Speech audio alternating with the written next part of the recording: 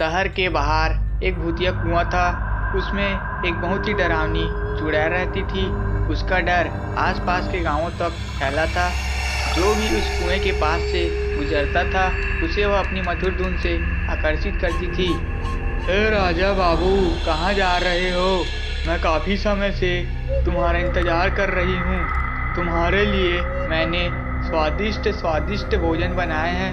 सुनो जरा, मेरे पास तो आओ।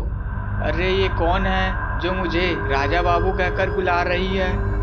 और इसने स्वादिष्ट स्वादिष्ट भोजन भी बनाए हैं। आज तक मेरी पत्नी ने भी मुझे इस तरह प्यार से नहीं बुलाया है। आज तो मज़ा ही आ जाएगा। पूरी रात भर पार्टी करेंगे। चलो देखकर आते हैं कि ये स्वादिष्ट भोजन कहाँ रखा हुआ है। रामू चुड़ैल की बातों में आकर उस कुएं की तरफ चला जाता है। अरे राजा बाबू, इधर तो आओ। इधर उधर क्या देख रहे हो? मैं तो यहाँ हूँ। अरे यार, ये आवाज़ तो यहीं से आ रही है, लेकिन ये खूबसूरत औरत है कहाँ? अरे मेरी रानी, तुम कहाँ हो? देखो, तुम्हारा राजा बाबू आ गया। तुम शर्माओ मत और बताओ तुम कहाँ हो। देखो, मैं यहाँ नीचे छुपी हुई हूँ। मुझे ढूंढो। आवाज़ तो इसी कुएं के अंदर से आ रही है। जाओ, देखो मैंने तुम्हें ढूंढ लिया। तभी वह बेवकूफ़ आदमी उस कुएं की ओर झांकने लगता है। तभी उस कुएं से एक खूनी पंजा बाहर आता है और उसकी गर्दन पकड़कर उसे अंदर खींच लेता है। हे भगवान, मैं कहाँ फंस गया? तुम कौन हो? मैं तो अपनी रानी की तलाश में यहाँ आया था। मेरी तरफ तो देखो, मैं तुम्हारी रानी हूँ। नहीं नहीं नहीं, तुम तो कोई भयानक चुड़ैल लगती हो। तुम मुझ पर दया करो। मेरी बीवी घर में मेरा इंतजार कर रही है। भगवान के लिए मुझे घर जाने दो। नहीं नहीं, तुम इतनी दूर से स्वादिष्ट भोजन खाने आए हो। लगता है तुम कोई अच्छी चुड़ैल हो। मैं बेकार में तुमसे डर रहा था। आप इतना बोल रहे हो तो खाना खाकर ही जाऊंगा।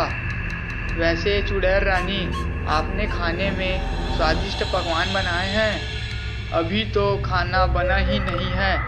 चुड़ैल रानी, बताइए मैं आपकी क्या मदद कर सकता हूँ? इसकी कोई ज़रूरत नहीं है। चुड़ैल जी, यहाँ तो आसपास कोई गैस चूल्हा तो दिखाई नहीं दे रहा है। आप खाना कैसे बनाएंगी? मुझे खाना बनाने की ज़रूरत नहीं है।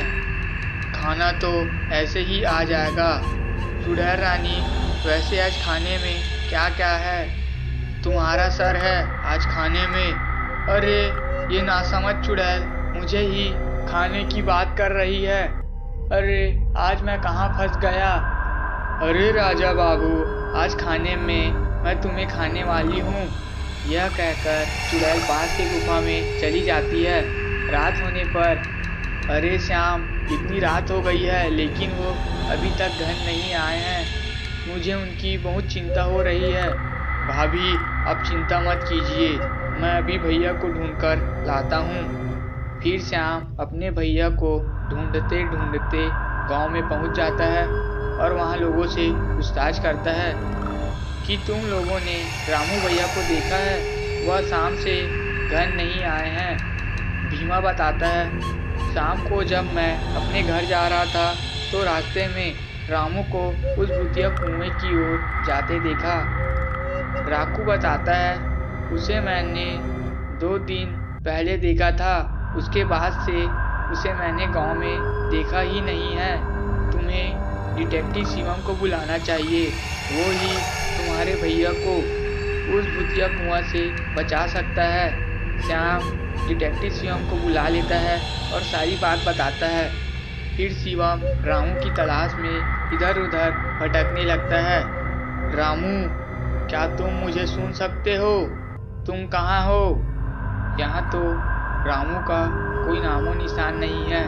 रामू को कहाँ ढूंढूं? तभी शिवम की नज़र कुएं के पास पैरों के निशान पर पड़ती है।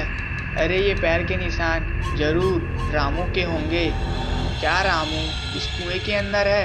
अरे ये तो वही भूतिया कुआं है जिसका खौफ आसपास के गांवों तक फैला हुआ है। तभी वह रामू को आवाज लगाता है। रामू, क्या तुम मुझे सुन सकते हो?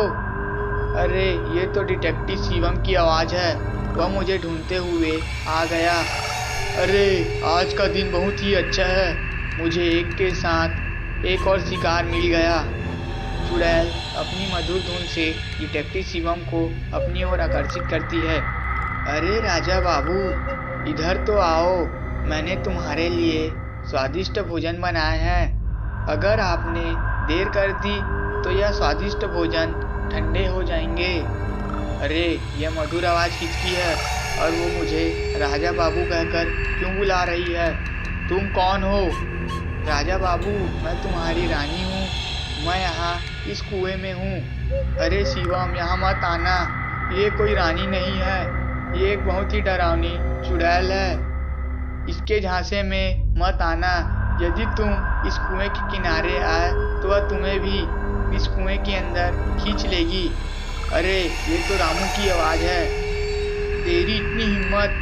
तेरी आवाज के कारण मेरा शिकार मेरे हाथ से निकल गया। अब मैं तुझे नहीं छोड़ूंगी। ओ चुड़ैल जी, मुझे माफ कर दो। अब मैं दोबारा ऐसी गलती नहीं करूंगा।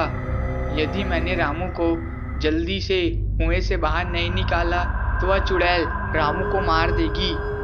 मुझे आसपास ऐसी कोई चीज ढूंढनी होगी जिससे रामू कुएं से बाहर आ जाए। तभी वह इधर उधर ढूंढने लगता है तो उसे पास में एक सीढ़ी दिखाई देती है। ये सीढ़ी मेरे काम आ सकती है। अगर मैं इस सीढ़ी को इस कुएं में डाल दूं तो रामू से बाहर आ जाएगा। फिर वह उस सीढ़ी को उठाकर उस कुएं में डाल देता है। रामू, तुम इस सीढ़ी की मदद से ऊपर आ जाओ। तेरे नासमझ जासूस को क्या लगता है कि मैं सीढ़ी से तुम्हें वापस घर जाने दूंगी? इतना नासमझ है तेरा जासूस शिवम। कोई फायदा नहीं है शिवम। ये चुड़ैल मुझे यहाँ से जाने नहीं देगी। शिवम, तुम अपनी जान बचाओ। अब क्या करूँ? कोई और रास्ता निकालना होगा। फिर शिवम रास्ता ढूंढने के लिए आगे चला जाता है। तभी उसकी नज़र पेड़ पर जाती है। पेड़ पर हनुमान जी की मूर्ति रखी होती है। वो उस मूर्ति को देखकर खुश हो जाता है और भागा भागा उस मूर्ति के पास पहुंच जाता है और हाथ जोड़कर कहता है, हे बजरंगबली, आप मेरी मदद कीजिए। आपसे बलशाली इस सृष्टि में कोई नहीं है। कृपया मदद कीजिए।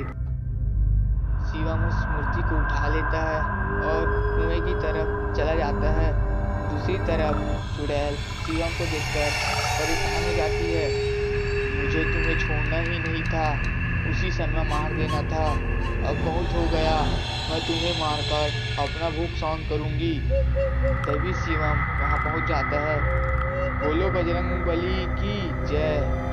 एक खूनी चुड़ैल, मैं रामू को लिए बिना यहाँ से नहीं जाऊंगा। अगर तेरे में हिम्मत है तो मुझे रोक के दिखा। शिवम, तेरी इतनी हिम्मत? रुक, मैं तुझे अभी बताती हूँ। तभी चुड़ैल कुएं से बाहर आती है। उसी समय शिवम हनुमान जी की मूर्ति को चुड़ैल के सामने रख देता है। हनुमान जी की तेज प्रकाश को चुड़ैल सह नहीं पाती कि मैंने ये क्या कर दिया। हे भगवान, मैं अब दोबारा किसी मनुष्य को नहीं मारूंगी।